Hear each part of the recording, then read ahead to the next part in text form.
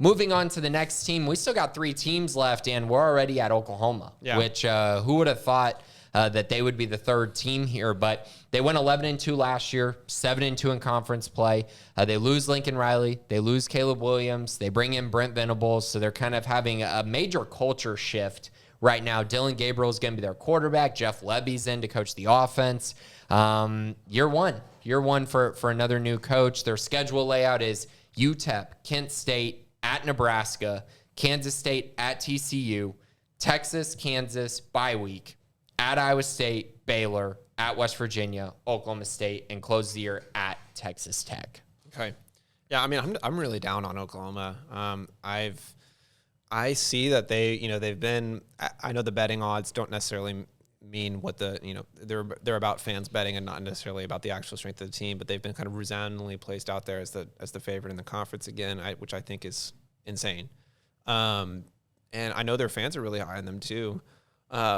But I just have to go with my gut here, and my gut tells me that Jeff Lebby ain't it. That could be a bias thing on my part. I'm not a big fan of his offense. I don't think it's really going to work that well in the Big 12. I mean, obviously, I think they're going to have a good offense. I'm just saying I don't think they're going to dominate. And they're definitely not going to do it with Dillon Gabriel. I expected him to be a lot better when I watched their spring game. Just didn't look good at all. He looked small. I think that is one difference where you can see like the G5 versus the P5 guys. Like when you watch him at UCF, he looked like a totally fine quarterback. But then I watched him behind that OU offensive line. I'm like, oh my gosh, this guy's like 5'11", and he looked like he was about to break in half. Casey Thompson type. Yeah, exactly. Yeah. And, he's going to get hit a lot in that offense, just the way they run it. I think if they're going to do well against the best teams on the schedule, it's kind of like it's what Lebby tried to do with, Ole Miss's quarterback who got hurt. Matt Corral. They were going to run him out of those empty sets. I think that's how that offense needs to be most successful.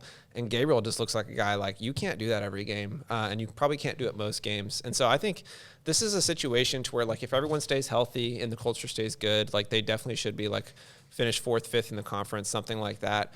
But I could very easily see him getting hurt early in the year, and they have nobody behind him. I mean, they took a transfer from some guy that looked like he wouldn't even get a preferred walk-on spot General at Baylor. Booty. Yeah, and then there's another kid, I think, from like they're taking like multiple guys who should not be scholarship quarterbacks at Oklahoma. And so I think this is a situation where like if everything stays well for them, if they stay healthy, if Gabriel stays healthy, like they're going to be a good team. They have a lot of talent. They don't have as much skill talent as they have had in the past. The defense is going to be an adjustment period, but it should still be fine.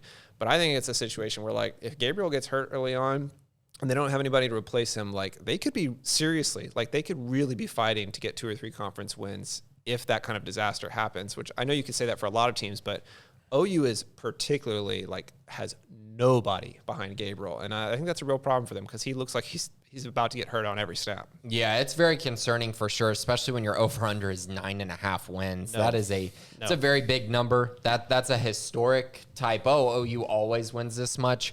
But I will say, schedule is nice. It is nice. When you talk about Kansas State at home, Texas neutral site, but then you also get Baylor and Oklahoma State at home. That's a big deal. Yeah, those are 3 or 4 of the best teams in the conference at home. Right. So I think for Oklahoma fans, a reasonable expectation year one is probably 9-3. I think fans would probably be happy with 9-3. I think the culture and just, when you talk about a new coach coming in, Brent Venables should be able to get them to 9 wins. I really believe that. Now, if injury happens, that's not something you can predict. But the depth is a question mark. So I would say 9-3 is reasonable, but I'm probably leaning more towards they could probably fall to 8-4, or even worse if injury does strike. Yeah, I think I'd put them at like 7-5. I don't know.